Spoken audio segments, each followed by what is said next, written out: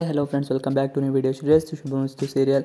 ಮನೆಗೆ ಬಂದ ಮಹೇಶ ದುಪ್ಪಟ್ಟಾಯಿತು ಸುಗ್ಗಿ ಸಂಭ್ರಮ. ಶ್ರೇಯಸ್ಸು ಶುಭಮಸ್ತು ಧಾರಾವಾಹಿಯಲ್ಲಿ ಮಾಧವ ಮನೆಯವರಿಗೆಲ್ಲರೂ ನಂದಿಗಿರಿಗೆ ಹೋಗಿದ್ದರು. ಅಲ್ಲಿಗೆ ಹೋಗದನೆಂದಲು ಮಹೇಶನಲ್ಲಿ ಸಾಕಷ್ಟು ಬದಲಾವಣೆಯನ್ನು ಕಾಣುತ್ತಿದ್ದಾರೆ. ಓಡಾಡುವುದನ್ನು, ಸರಾಗವಾಗಿ ಮಾತನಾಡುವುದನ್ನು ಶುರು ಮಾಡಿದ್ದಾನೆ. ಇದೆಲ್ಲವೂ ಮಾಧವ ಮನೆಯವರಿಗೆ ಖುಷಿ ಕೊಟ್ಟಿತ್ತು. ಆದರೆ ಶಾರ್ವರಿಗೆ ಅಷ್ಟೇ ಭಯವನ್ನು ಹುಟ್ಟಿಸಿದೆ.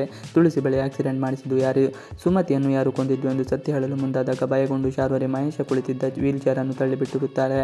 ಮಹೇಶನಿಗೆ ಎಲ್ಲ ನೆನಪಾಗಿದೆ. ಕಾರ್ ಎದುರು ಮಹೇಶ್ ಬಿದ್ದು ತಲೆಗೆ ಏಟು ಮಾಡಿಕೊಳ್ಳುವಂತಾಯಿತು. ಮೊದಲು ಎಲ್ಲರೂ ತುಳಸಿ ಹೀಗೆ ಮಾಡಿದಳು ಎಂದುಕೊಂಡು ಬರೆಯುತ್ತಿದ್ದಳು. ಆದರೆ ಬಳಿಕ ಮಹೇಶನಿಗೆ ಹಳೆಯದೆಲ್ಲವೂ ನೆನಪಾಗಿದ್ದಲ್ಲದೆ ಮೊದಲಿಂದಲೂ ನಡೆದಾಡುವ ಶುರು ಮಾಡಿದನು.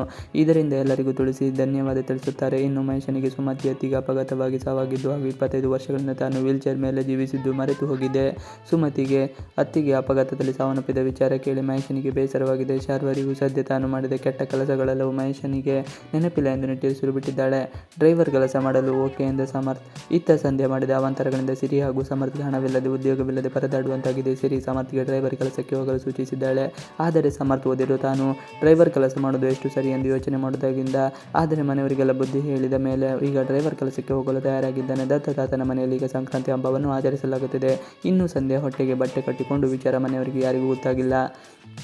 ಮಹೇಶನಿಗೆ ಎಲ್ಲ ನೆನಪಾಗಿದೆ. ಕಾರ್ ಎದುರು ಮಹೇಶ ಬಿದ್ದು ತಲೆಗೆ ಏಟು ಮಾಡಿಕೊಳ್ಳುವಂತಾಯಿತು. ಮೊದಲು ಎಲ್ಲರೂ ತುಳಸಿಗೆ ಬೈಯುತ್ತಿದ್ದರು. ನಂತರ ಆತನು ಸರಿ ಹೋಗಿದ್ದಾನೆ. ಮನೆಗೆ ಬಂದ ಮಹೇಶನಿಗೆ ಸ್ವಾಗತ. ಮಾಧವ ಮನೆಯವರಿಗೆಲ್ಲರೂ ನಂದಗಿರಿಯಿಂದ ವಾಪಸ್ ಮನೆಗೆ ಬರಲು ಮುಂದಾಗಿದ್ದಾರೆ. ಆದರೆ ಶಾರ್ವರಿ ಮಾತ್ರ ತನಗೊಂದು ಹರಕೆ ಇದೆ ಎಂದು ಅಲ್ಲೇ ಉಳಿದುಕೊಂಡು ಮಿಕ್ಕವರನ್ನೆಲ್ಲ ಬೆಂಗಳೂರಿಗೆ ಮನೆಗೆ ವಾಪಸ್ ಬರೆಸಿದ್ದಾರೆ.